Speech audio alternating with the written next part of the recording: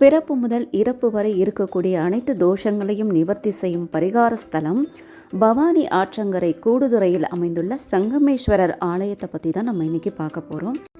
நம்ம சங்கமேஸ்வரரை தரிசனம் பண்ணணும் அப்படின்னு பார்த்தீங்கன்னா ஈரோடுலேருந்து 15 கிலோமீட்டர் தூரத்தில் பவானி கூடுதுறை அப்படிங்கிற இடத்துக்கு தான் நம்ம வரணும். அங்கே தான் சங்கமேஸ்வரர் ஆலயம் பரிகார ஸ்தலம் அமைஞ்சிருக்கு.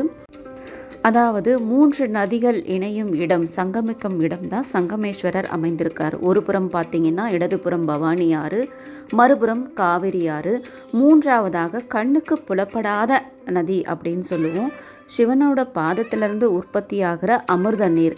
இந்த 3 நதிகளும் சங்கமிக்கும் இடம் தான் சங்கமேஸ்வரர் ஆலயம் அமைஞ்சிருக்கு. காசி, ராமேஸ்வரம், அதுக்கு அடுத்தபடியாக தென்காசி அப்படின்றது நம்ம பவானி கூடுதுறையில் இருக்கிற சங்கமேஸ்வரர் தான்.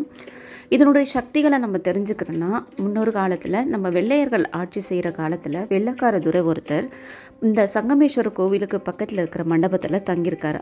அந்த நேரத்தில் ஒரு குட்டி பெண்ணோட உருவத்தில் பார்த்திங்கன்னா கையை பிடிச்சி அந்த திவானை வெளியே கூட்டிகிட்டு வந்திருக்கு. அந்த உருவம் வெளியே வந்து அடுத்த சில நொடிகள்லேயே அந்த மண்டபம் வந்து இடிஞ்சு விழுந்திருக்கு. அப்போ தான் தெரிஞ்சது அந்த ரூபத்தில் வந்தது வேதநாயகி அம்பாள் அப்படின்னு சொல்லிட்டு. அது உண்மையான கடவுளுடைய சக்தியை அவர் உணர்ந்த பிறகு அந்த வெள்ளைக்கார திவான் வந்து பல தங்க கட்டிகளை வந்து அந்த கோவிலுக்கு பரிசாக கொடுத்துருக்காரு. இப்போவும் இந்த கோவிலில் அதை பாதுகாத்துட்டு வரதா சொல்கிறாங்க. தெற்கே மங்களகிரி, வடக்கே வேதகிரி, கிழக்கே சங்ககிரி, நாதகிரி அப்படிங்கிற 4 மலைகளால் சூழ்ந்த சங்கமேஸ்வரர் கோவிலுக்கு பத்மகிரி அப்படிங்கிற பெயரும் உண்டு.